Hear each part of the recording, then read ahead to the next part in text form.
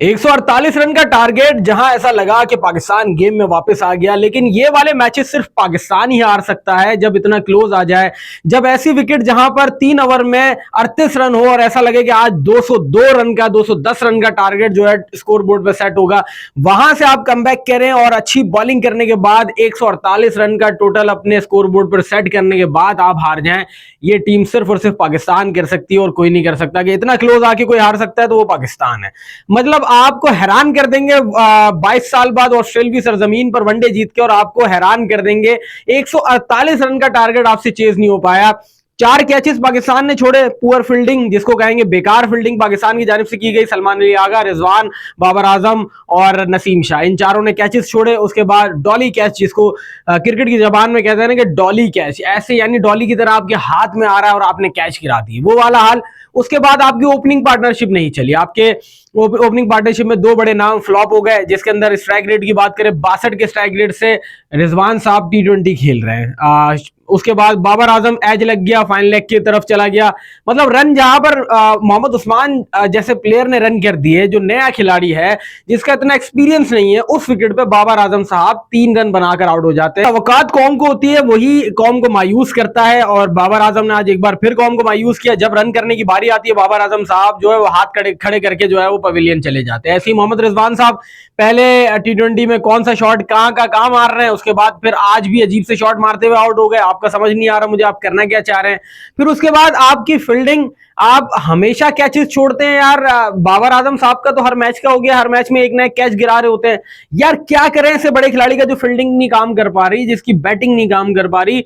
अफसोस के साथ कहना पड़ रहा है कि बाबर आजम को जितना सपोर्ट किया जाए उतना बेकार हो रहा है, कि जितना सपोर्ट कर रहे हैं उतना बाबर आजम मायूस करते जा रहे हैं। आप ये देखें कि आप खेल ही नहीं पा रहे, तो फिर क्या आपको एक ही फॉर्मेट खिलाएं जिसको ओडीआई कहते हैं।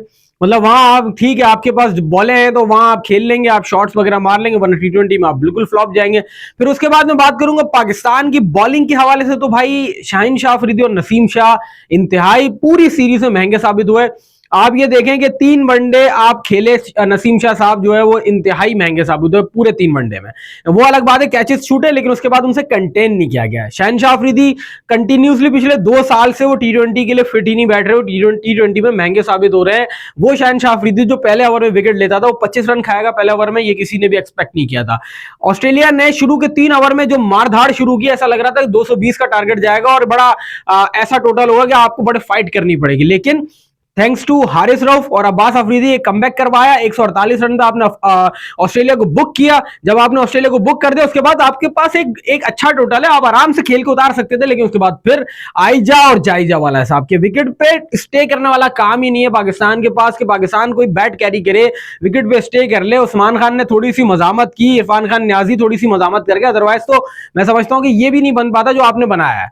अब हैरानी की बात यह है कि जब आपका एक बैट्समैन खड़ा है, तो आपका एक बैट्समैन बैटिंग कर रहा है विकेट पे, इरफान खान न्याजी, जब शाहीन शाह अफरीदी, नसीम शाह और हारिस रऊफ बैटिंग करने आए, तो आप ये बात को समझें कि आपका बल्ला कैसा भी चलता हो, शाहीन शाह अफरीदी कैसी भी PSL में 1 डाउन आके बैटिंग कर रहे हैं, ये इंटरनेशनल क्रिकेट है, नसीम शाह छक्के मार रहे हैं, कुछ भी है। जब एक प्रॉपर बैट्समैन आपका विकेट पे खड़ा रहता है ना, तो हमारे बॉलर्स को बात समझानी चाहिए और समझनी चाहिए कि बॉलर हिट नहीं करता, बैट्समैन को चार्ज लेना पड़ता है, बैट्समैन मारता है। क्योंकि जाहिर सी बात है, बैट्समैन हिट मारेगा पूरी मारेगा, बॉलर की हिट पूरी नहीं लगती। बॉलर जस्ट बैट कैरी करे, सिंगल लेके सामने आ जाए। मुतादिद बार ऐसा हुआ है, आपको मैं जितनी एग्जांपल्स बता दूं जिसके अंदर अगर बैट्समैन सामने खड़ा है बॉलर चांस ही नहीं लेता। लेकिन पाकिस्तान में मैंने ये शाहीन शाह अफरीदी, नसीम शाह के अंदर एक बात देखी है कि अपने आप में डॉन ब्रैडमैन है, अपने आप में ही ये संगाकारा है। इनको लगता है कि अगर हम विकेट पे सामने बाबर आजम भी खड़ा है तो हमने छक्का मार के आउट कर, हमने जो है मैच जिता देना है। तो ये इन लोगों की सबसे बड़ी ना लैक ऑफ अवेयरनेस है। मुझे ऐसा लगता है कि इनको ऐसा लग रहा है कि हम पैर रखेंगे और छक्का मार देंगे। ऐसा नहीं होता भाई, आप बॉलर है, आप टेल पे इसीलिए आ रहे हैं। अगर आप ऑलराउंडर होते तो आप 5वें 6ठे नंबर पे आते। आप टेल पे इसी वजह से आ रहे हैं क्योंकि आपकी बैटिंग नहीं है।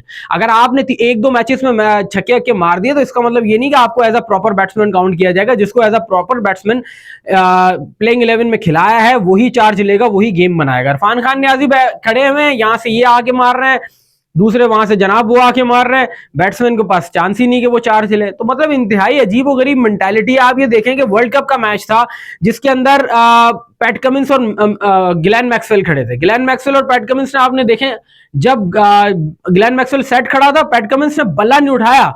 आई गेस 60 बॉलें खेली थी, और 60 बॉलें खेल के उसने 20-25 रन किए थे और सिर्फ वो डॉट कर रहा था और वो सामने वाले बैट्समैन को खेलने दे रहा था। और नतीजा क्या निकला, तारीख की बड़ी इनिंग ग्लेन मैक्सवेल ने खेली और वहां से जितवाया जहां से ऑस्ट्रेलियंस को यकीन नहीं था कि हम यहां से जीतेंगे।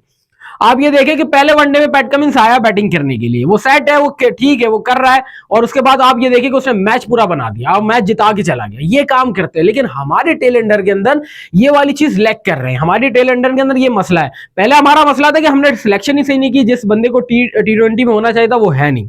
साइम अय्यूब, फखर जमान, वो लोग नहीं है जो ऊपर से गेम बनाते हैं, ठीक है, वो नहीं है। उसके बाद आप फिर भी कम बैक करें, ऐसा लगा था कि आप सीरीज में वापस आ जाएंगे, दूसरा मैच जीत जाएंगे, लेकिन फिर वही lack of awareness, game awareness नहीं है आपके पास। आप जो है वो बिल्कुल मार धाड़ करके जो चला रहे, उस्मान खान साहब ने 50 कर दी, उसके बाद फिर उनको जो है रन निकालने की, वो भाई स्टे कर जा, 5 ओवर पड़े तो गेम सीधा कर देगा, तेरे को फुटबॉल नजर आ रहा है बॉल, लेकिन नहीं, आपने अपने 50 कर लिए, पिछले 2 सीरीज अगले जो आपने सिक्योर कर लिए, बस ठीक है, आपका काम मुकम्मल। पाकिस्तान से सबसे बड़ा इख्तिलाफ ये है, और यहां से आके इतने क्लोज आके पाकिस्तान हार सकता है, कोई नहीं हार सकता।